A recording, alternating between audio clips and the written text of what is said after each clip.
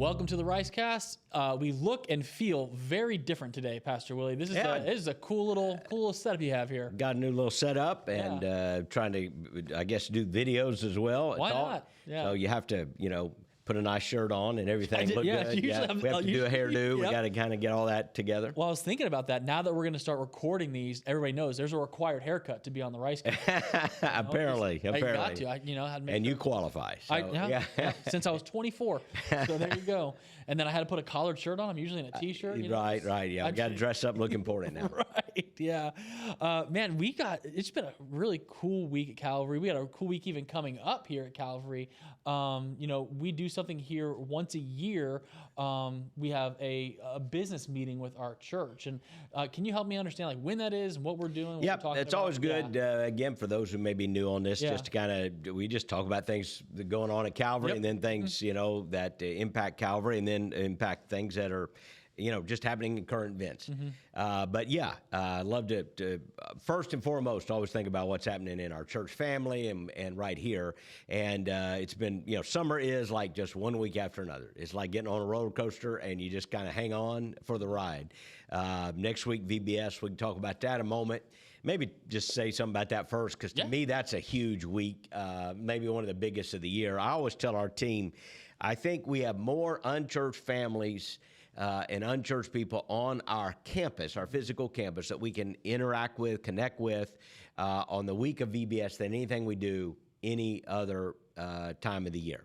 And I guess, maybe that's not true. Maybe it's Christmas or Easter, but VBS brings them back a lot. And a lot of families from a lot of places. So it's such a huge, huge week. Our people get so geared up. Our team does a great job, and that's next week at Calvary.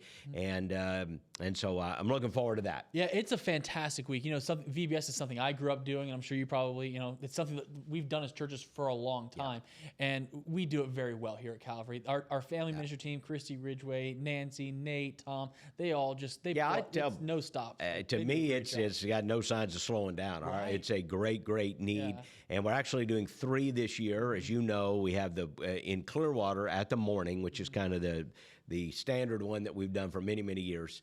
And but also at Seminole campus, where you're the campus pastor, at night, an evening one, and also at the Eastlake campus, an evening one. So we actually have 3 going simultaneously in 1 week. And we actually have people that I don't think you could work all 3, because 2 of those are the same time, but we do have people that probably work 2. Oh, yeah. And it's quite a week for them. But we will have hundreds of kids. It'd be north of 1,000 kids that'll be involved in our Vacation Bible School. And then when you throw the workers on top of that and the volunteers, it's quite an endeavor. It's next week, so appreciate everybody praying. And if you haven't signed up and you're interested in being a part of VBS at Calvary, you can come. You can sign up the day of. Yes. People sometimes ask us, is there a cost? Do you have to register? We can pre-register, but that may be closed. I don't know. But you can literally just come and register there on the first day. Yeah, so pre-registration right now, as you guys are listening to this, is closed for Clearwater and Eastlake. It's actually still open for Seminole, because we have a huge community event the Sunday before VBS. So we keep ours open a little bit. You want to keep it open. Yeah. But one thing I appreciate about your leadership and the leadership of our senior staff here is you guys do a great job making sure that you come and check out each campus's VBS. And we're kind of all in. Yeah, everybody's all in here, and it's a fantastic thing. So, Clearwater, here our Clearwater campus from 9:15 to 12:30,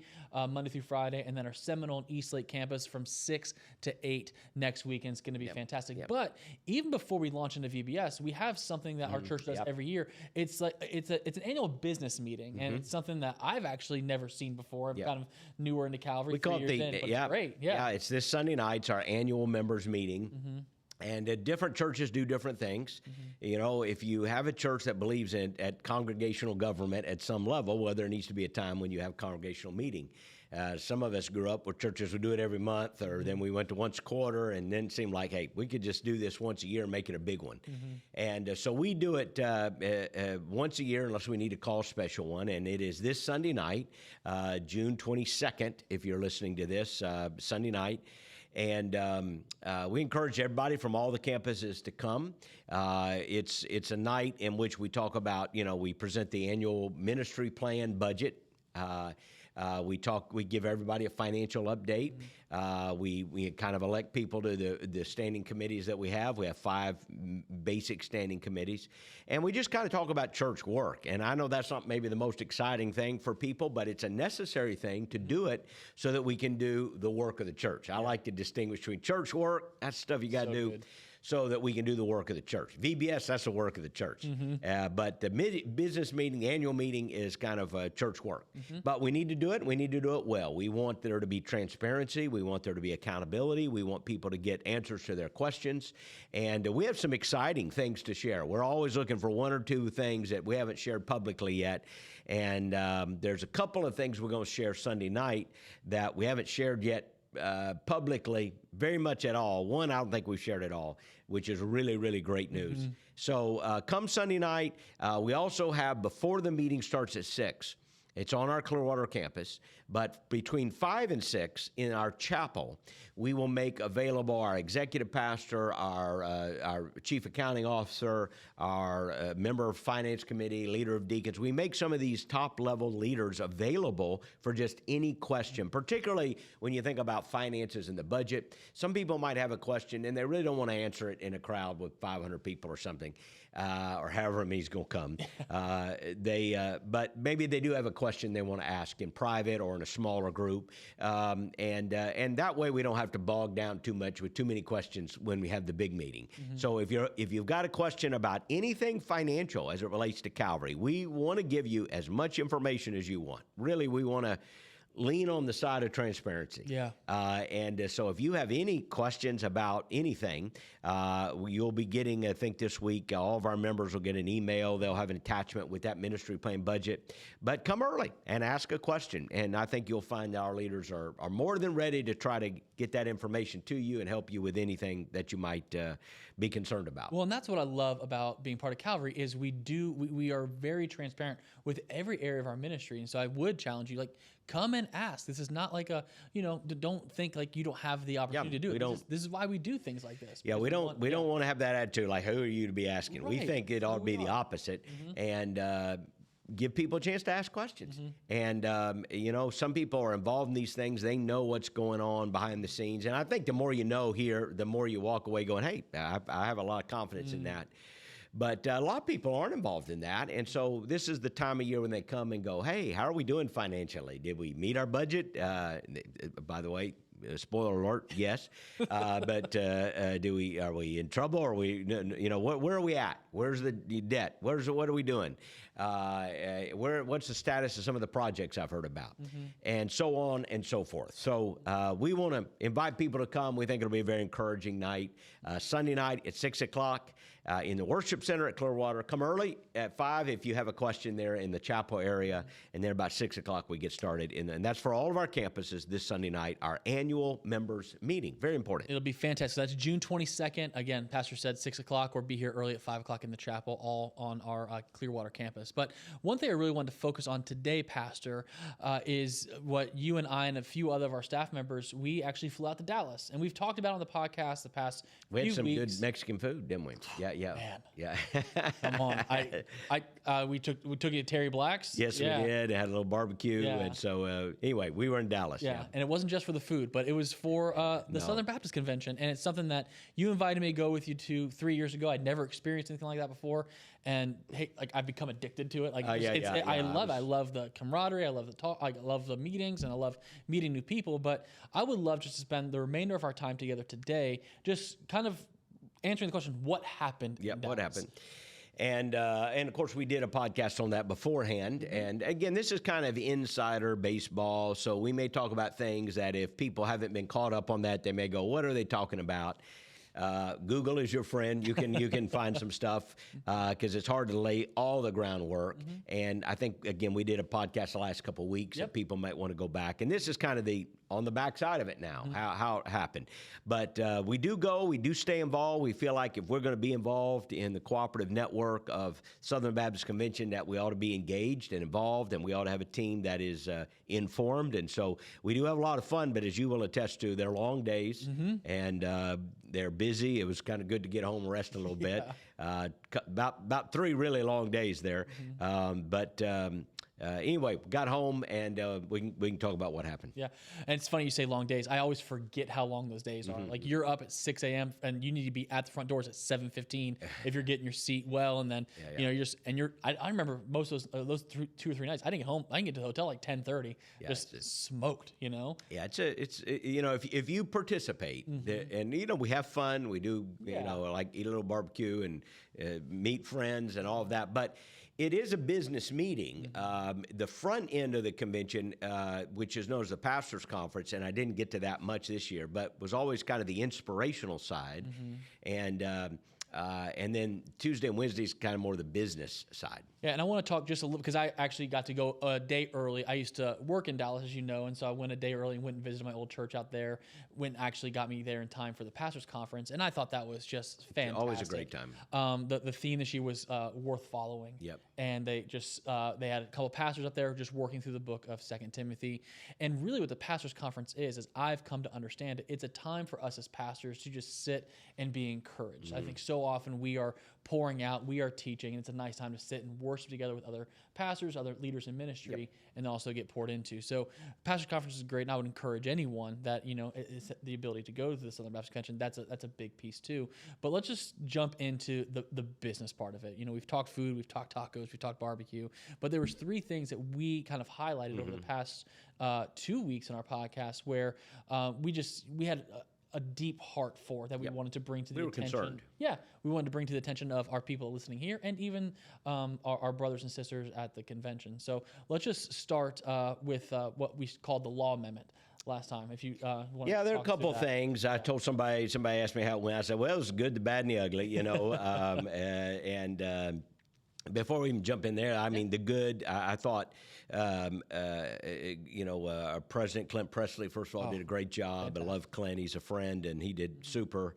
And we passed some really strong resolutions that are statements that get put out there, one calling for the overturn of the Obergefell decision, legalizing gay marriage. I thought that was a strong command. There were several others that were good, strong resolutions. They were not divisive at all, as sometimes they can be. So there is, in some ways, if you look at it in one level, a lot of unity. You still see a very conservative group, a very biblically based group, and a lot of churches that are wanting to be on mission together. So there's a lot of good things to celebrate. And there were some good reports to celebrate. But there were 3 issues that have caused a little bit of controversy, and one of those you've already referenced was the Law Amendment, which was also the Sanchez Amendment this year. And again, I know for people who are uninformed, all this sounds like complex stuff, but it basically is the concern that some Baptists have about the growing number of churches that use the title pastor and apply it to women. There are not a lot of churches that I know of, in fact, I know of none, where you have a woman serving as what sometimes is called the senior pastor, the primary pastor, leader of the congregation. But there are quite a lot of churches that are using the title pastor to apply to women staff members or women who sometimes teach on Sunday morning. And this is, we talked about this, so it won't cover the old ground. But this has caused a concern about, are Southern Baptists softening on this issue? And are they moving in a concerning direction? And a lot of people are concerned about that, and I am. I think this is a very important direction. Again, we talked about it last week. People can go back and listen. Unfortunately, the Law Sanchez Amendment, which was brought up for a second time, failed again to get the necessary 2/3 to be an amendment, that is not an amendment, a bylaw in the Southern Baptist Convention, which 61% were in favor of it, but it needed 66% to be a bylaw. And the point was, let's put a bylaw in the SBC that says no women pastors. That we just think that's a biblical conviction. It's part of God's beautiful design. It's part of what the Scripture plainly articulates, and we do think it's an issue of biblical authority and integrity in the church. As we dealt with that more at length. So here we're kind of the fallout. It didn't get 2/3. I kind of thought it would, and I know everybody's got their take on it, so we'll share We'll share ours. Yeah. It's our podcast. We can share whatever we want, I guess. It's your podcast. Yeah, it's great. It's the Ricecast. I was disappointed. Dr. Org, who's the president of the executive committee, I felt like, and I like Dr. Org. I think he's a good man. I think he's been putting a really hard job. Yeah. But I thought he kind of put his finger on the scale, and he had some concerns about, well, if we do this, you might get sued, and I didn't understand that. With all due respect, that doesn't make a bit of sense to me. I mean, I think you ought to listen when people warn you about legal liabilities, but that one makes no sense. We have other things in the bylaws that churches can be held accountable to. And I'm not sure why adding one all of a sudden that's certainly consistent with our statement of faith would create a legal culpability. That, to me, was a bit of a straw man. And unfortunately, it kept us from getting 2/3 necessary to put it as a bylaw. So the bottom line is a little confusing. And I don't know what headlines you read or, Southern Baptists overwhelmingly do not endorse women pastors. That's a fact. But it is also a fact that we have refused to make it a bylaw. Both of those things, which seem contradictory, are true. More than 60% of the convention supports it, which means those people, to me, who have kept it from being 2/3, I kind of feel like the onus is on them in a way. It's like, okay, you kept it from being 2/3, but you're in the minority. Right. A significant majority of Southern Baptists want to see something with teeth in it that says, we do not believe that ordaining and promoting women pastors is a biblical practice. We don't want to see it within our Southern Baptist fellowship. We think it's taking us down a road we don't want to go. And we have not yet been able to find something with teeth in it. We couldn't get the bylaw. So it's kind of a troubling scenario there where you have a clear majority, but enough of the minority has kept the majority from exercising its will. To me, that's very problematic. What do you think with that, 40 some odd percent? What do you think is their concern about passing this? I think they think it will overreach. I think they again, we heard one from Dr. Org that somebody might sue us. Goodness, we've had enough other lawsuits that we just blew through the caution signs on that. Right. And I don't know why all of a sudden this one we would. That makes no sense to me. But I do think there are people who have said they worry about overreach. They worry about somebody using this to kind of start hunting down women who are on staff or women who are in ministry positions and saying, see, they're really a pastor. And we talked about this last week. I don't see that happening. No. Look, anytime you make a statement or you pass a bylaw or something like that, obviously there are going to be some situations maybe that warrant a more careful look. That's fine. You can have a careful look. I don't see people using it to overreach and say that there are no place for women to serve in Christian ministry settings. I think it is a strong conviction that the role of pastor is defined in the New Testament. It is a very important role. It's synonymous with elder overseer, and that is, as Scripture says, reserved for men. That's a role that God has called men to fill in the church. I believe that. I believe that's a New Testament doctrine. That has been the doctrine that most Christians throughout most history have held. That's why our Roman Catholic friends only have male priests, and many other expressions of Christianity. So I think to answer your question, I think the people that have kept it from being a bylaw believe it will be used there will be an overreach, that it will be used in an unfair and punitive fashion. And I don't think that. I think, again, when you have people weaving all over traffic, you need clear lines on the road. I agree. And this, to me, is putting a clear line on the road that allows people to find their lane, understand, am I in this lane or am I in this lane? And we're kindness, clarity is kindness. Clarity is kindness. This is what we believe. This is how we're going to practice. Now find your lane and run in it. Right. Well, and what I appreciate about your leadership, and because you could easily even fall into, hey, we don't want people to look into Calvary because they can think, oh, well, they're serving fast, because we have some strong women on your staff that are in very high leadership positions, but they're not pastors. Right. And they know that, and they lead in that way, which is what I love about you. You're not saying women don't have a place in ministry. No, they have a great place. I think very few Southern Baptists are saying that. Right. In fact, I'm not sure of any that are saying that, but there might be some that are extreme in that regard. But again, a pastor, I tried to explain this, I don't know if I've done a good job, is more than just the sum of the parts. It's more than just, well, they have a teaching gift and they have some administrative oversight, or maybe they have a little pastoral care skill. And you add up all those three, boom, presto, you got a pastor. No, a pastor is somebody who meets certain moral character qualifications in the New Testament, but then fulfills a role that is overseeing the church. It's when the church calls and appoints someone to be an overseer.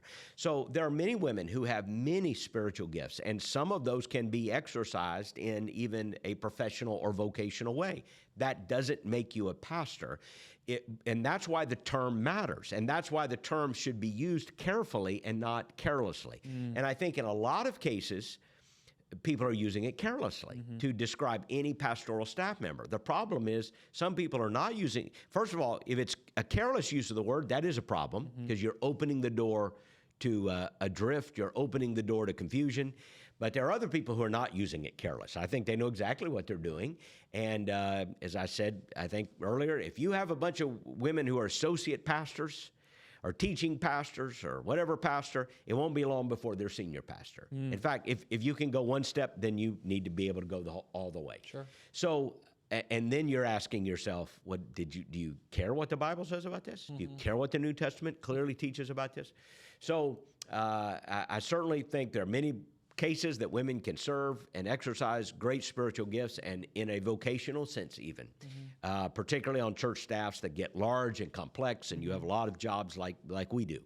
But that doesn't make them a pastor. Good word. And I think Southern Baptists ought to be clear on what we believe about pastors and who is qualified to serve as pastors. It's in our statement of faith, and it either means something or it doesn't, and I think it does. That's a good word.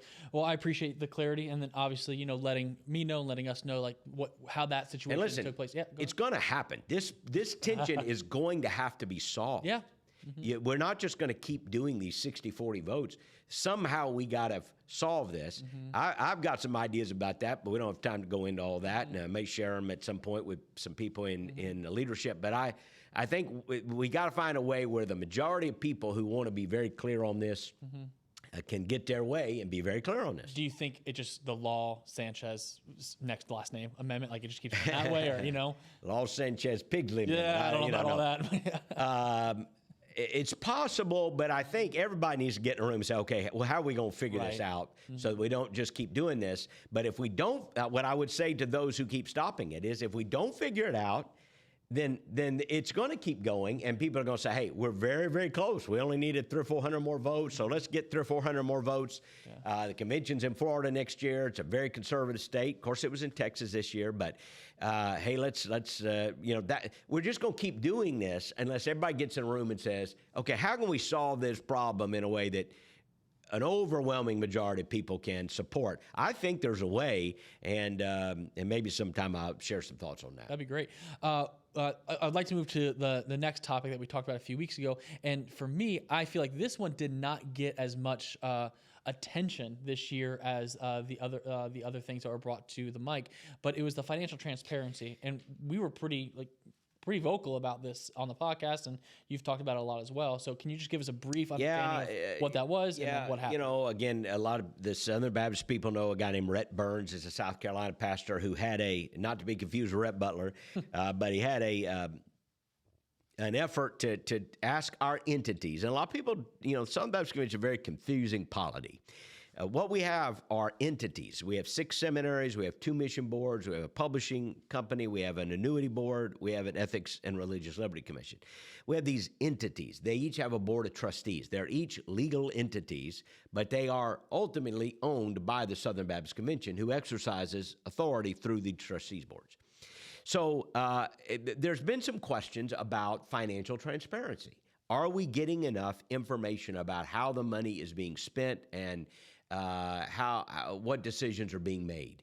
And this pastor in South Carolina raised some concerns. He wanted us to follow some of the basic practices that nonprofits have to follow. And I thought it was a good idea. Honestly, to me, wasn't asking for all that much. But the entities in the leadership, and sometimes called the platform, they've been resistant to that. And they were able to kind of shut it down. There was, an appeal to an amendment. I think there was a vote. It didn't pass. So it's kind of languishing there. I don't know what will happen in the future. And again, I want to say that our entities do have trustees. They do report to the trustees. I'm not trying to suggest anything else. I just think there are rank and file pastors who say we'd like a little more transparency. We would like to be able to ask questions and get a little more answers, and not just be told, well, trust the trustees. And we talked about this before, but that didn't pass. So I don't know. Again, I don't think that one's going away either. I think we're in an era where people expect high levels of transparency. Trust follows transparency. I really believe that. If you want more trust, be more transparent. And particularly when trust is low and because of some bad decisions that have happened. And there have been some bad decisions over the last couple of years that cost us money, that were really not wise decisions.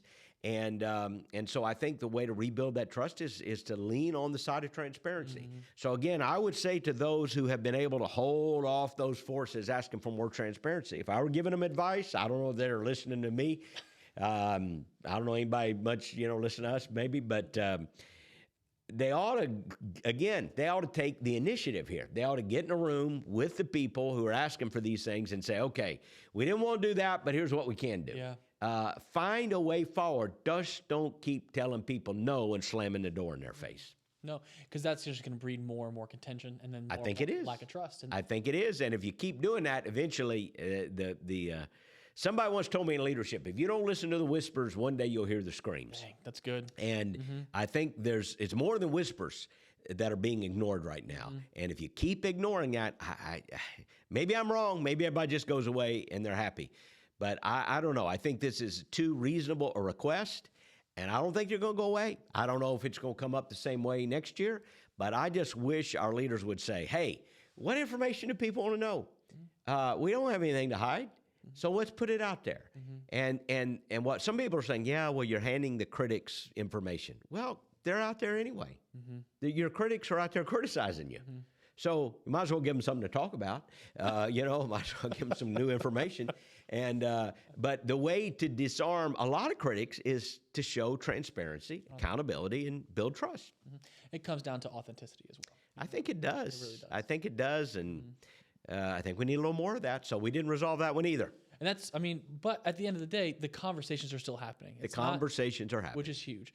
And then what I want to focus the majority of our time on is, I'm going to call, this is where you really kind of stepped up to the plate. You even made a motion at the mic, and I'm going to kind of let you take off from there and talk about, your motion and why you said, hey, I meant to abolish the ERLC. Well, the ERLC is the Ethics and Religious Liberty Commission of the SBC. They've been at the heart of so many divisive issues in the last 5, 6, 7 years, and we don't have time to go into all of that. It's been written about.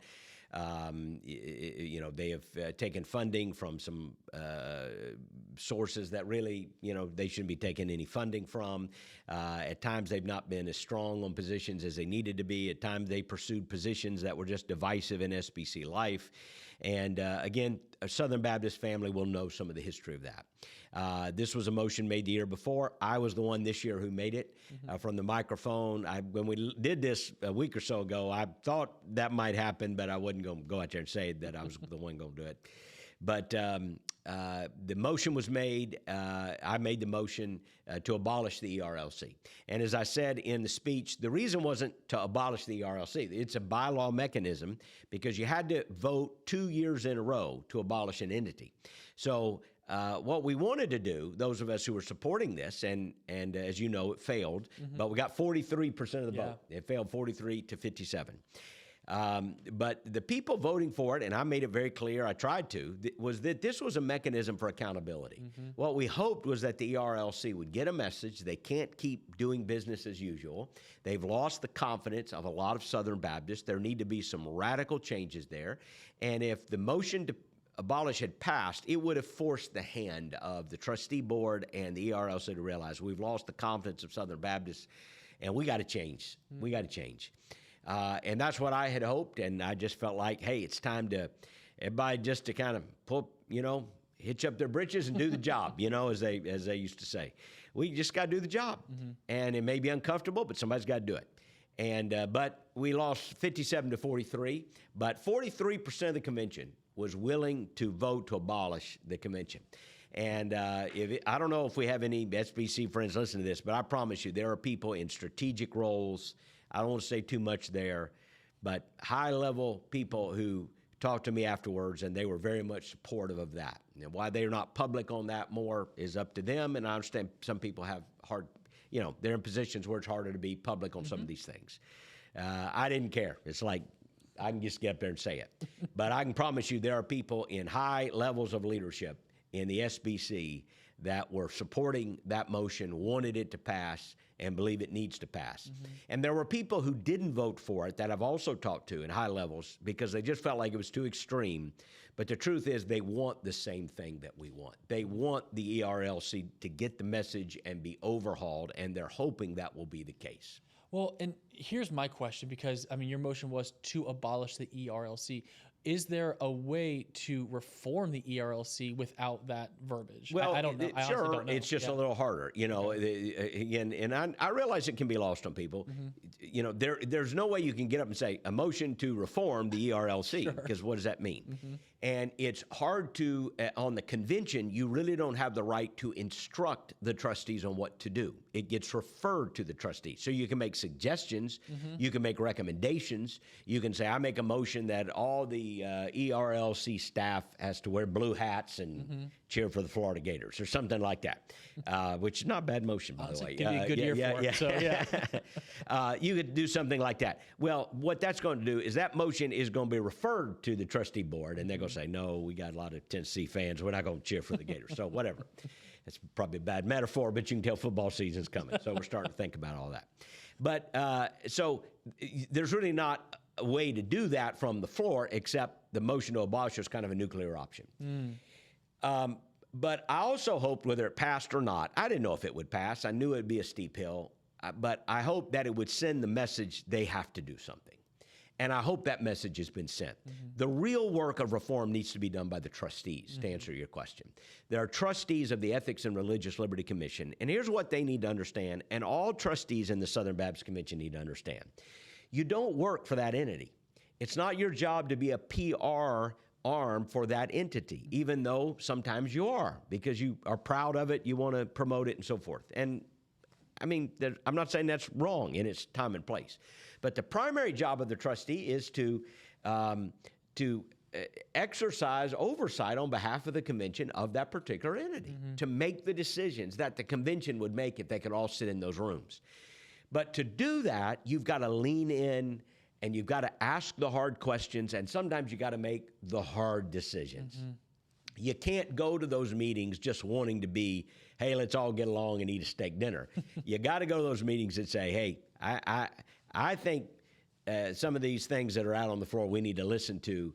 And in terms of the ERLC, I don't even know who most of the trustees are. I'm sure they're wonderful people. But they need to hear that twice, 2 years in a row, 40% and more have voted. Last year it was just a ballot vote, but I would estimate about 40%. This year, 43%, because it was a ballot vote, said your entity has been so divisive, we approve a motion to abolish. I've never seen that in SBC life in my lifetime. If you're a trustee and you miss that message, with all due respect, you are just being, that's being negligent. You got to get that message. And maybe you didn't like the motion to abolish, but you need to be calling. If I were on that board right now, or I were working for the ERLC right now, I'd be calling an emergency meeting. Don't wait for the next meeting. When's the first time we can all gather? And I would be asking them, what did we learn? What has gone wrong? Why have we lost the confidence of 43% of the convention? And by the way, you've lost the confidence of more than that, because there are a lot of people that didn't want to vote for abolish, but they know there has to be changes. And so you got to sit in a room and go, how have we lost our constituency? How do we lose them? And it's not a hard question to answer. I can do that too. But they need to ask that question, and they need to look at those answers, and they need to make the changes. And so the hopeful side of me is that, hey, the message was sent, and they're going to make changes in the next year. I'm not sure how they can just keep ignoring it. But I don't know. I've also heard that they kind of dug in and feel like they've won, and they put out some press statements, and everything is great. And I just think you're whistling past the graveyard if that's the case. Well, so those are the three topics that we covered in the past 3 weeks. Obviously, the law amendment, financial transparency, and the ERLC. And as you've stated, all three of those failed to pass. So just a personal question for you, like, how are you feeling after that, like towards the SBC and just the convention? I love the Southern Baptist Convention. We have missionaries around the world. We're planting churches. We have the largest church planting network in America. We have seminaries. I love the fellowship of the Southern Baptist Convention. And I'm still hopeful. I'm disappointed, but I'm hopeful. I'm disappointed because it's not as conservative. I don't know if I've said this to anyone, but I'll say it here. I don't think it's as conservative a convention as it once was. I think that's what you have to conclude. The Southern Baptist Convention of Dr. Adrian Rogers and Dr. Charles Stanley and Dr. Jerry Vines in the 80s and 90s, they would have voted to abolish the ERLC. No doubt in my mind. They did it, only it was called the Baptist Joint Committee on Public Affairs back then. You have to be a real nerd in SBC life to know what I'm talking about there. But they literally did it. They literally did it. It was a different kind of abolish. They voted to defund it. But there was a Baptist Joint Committee on Public Affairs that historians can look all that up. If you know, you know. They did it. They would have voted for that Los Sanchez Amendment. Absolutely. The convention I grew up in would have absolutely gone, no, this is a no-brainer. So the fact that we are struggling to do, to me, it's kind of like a golfer struggling to hit a 3-foot putt. It's like, brother, if you can't sink this one, we got, I don't know, you're ready for the course, right? And we're struggling to sink some things that to me are just easy. That'll be checked off and easy. And so we're just kind of struggling to get out of the gate on some of this. So I don't think we're as concerned. I think there has been a drift. I think we aren't as conservative as we once were. I don't think we're a liberal convention. I don't think our churches are going left or all going woke. But I do think we got caught in a cultural riptide in the last 10 years that carried us a little bit in places we didn't want to go. And now we're struggling to get back on track. And I think these reform movements are not going away. They may take different expressions. They may raise their head differently. But these are three things: financial transparency, being clear about who should be a pastor, reforming the ERLC. These are three things that can be done. I predict they will be done at some level and some point. They should be done, and they should be done fast. And even if I was on the winning side of those votes, I would be motivated to figure out how to get those things done, because until those things get done, we are not going to have the kind of unity and momentum that we need to have. You're just going to continue to have this fracture of fellowship. And I don't think it's that ugly. I don't think people are not getting along. I just think, hey, there's some stress right now in the relationship in the Southern Baptist Convention. Cooperative program giving, I think, is down. I think I'm correct in saying that. And over the 10 to 15-year trajectory, it's down. So a lot of things are up. There's some good things. I think attendance was up, baptisms were up, church planting was up. So those are great signs. But there's some giving that's not up. And so I think until we get some of these, again, to me, these are small things. Until we get some of these small things fixed, I don't know how we work on the big things. So we got to deal this, and I predict at some level those things are going to be addressed. At some point, those things are going to be done. So if you've stopped them from getting done, I think you ought to get in a room and say, okay, how can we get these things done in a way everybody can get together? This is my opinion. No, that's a good word, Pastor. I think you've said this to us a couple times, and I'm sure I'll get the words wrong, but we don't drift towards being more conservative. Like, those are daily choices we have to make. And what happens if we don't fix this drift is the question. You never, Jimmy Draper said it one time, and I never forgot it. You never drift anywhere worth going. Yeah. And when I heard that, I about fell out of my chair. I unbelievable. You never drift anywhere worth going. You have to move on purpose in the right ways. You never drift toward mission. If you just let things take their course, every church will drift away from mission. You never drift toward evangelism, for instance. You never drift toward accountability. You drift away from it. You never drift toward doctrinal integrity and biblical faithfulness. When you throw words like liberal, conservative, I know they get overused and lose their meaning, but we're talking about biblical conviction, biblical faithfulness. You never drift toward those things. The culture isn't going to take you and move you in that direction. The culture is always going to move you in the opposite direction. And so we're going to have to move with some deliberation and some purpose and some intentionality if we're going to get those things fixed. And we need to get those things fixed. That's good. Well, Pastor, I appreciate. I would say just one thing. I shared this with you yesterday, I believe. One concern I had is a little over 10,000 messengers at the Southern Baptist Convention this year in Dallas. Yep. And each vote, there was, I would say, a lot of people. 6,000+ voted around that. So you're talking like close to 4,000 people didn't vote. A lot of people eat barbecue somewhere, you know. And look, part of this, I get it, because I've been going, as I told you, I think last week, since 1986 was my first one, and I've only missed 3. 1986. So next year will be 40 years since I went to my first one, and I've missed 3. So I guess if I can do the math, what is that, 37 or something? And I get it. Part of it, through the years, sometimes there weren't even that big issues, it didn't seem like. And part of the fun was, it's like a big family reunion. You see friends you went to college with, you see friends you went to seminary with, you see friends you only see once in a while, pastors that are in other places, and there's a lot of fellowship. Everybody wants to go out and eat and hang out and tell stories and find out what's going on. A lot of networking goes on, and I mean in a good way. Yeah. Like we had some of our missions guys there. They're working with the IMB and the NAM, and you know they're at this luncheon and that gathering, and they're networking, and that's why we want our team to go. So a lot of good things happen out in the hallway and in the exhibit hall and in the hotel lobby. Those are good conversations. But you're right. If you go and you're going to register and your church is going to send you, it seems like you ought to pay attention when the big votes are happening and you ought to be in the room. And it did seem like, my goodness, I think the Law Sanchez thing, somebody told me 400 votes would have changed it. Yep. And you had a couple thousand people there out doing something else. I don't know. So our team, I will say this, our team, and we sent a full squad of 12. Actually, we even had some that were visitors because we had more go than could be messengers.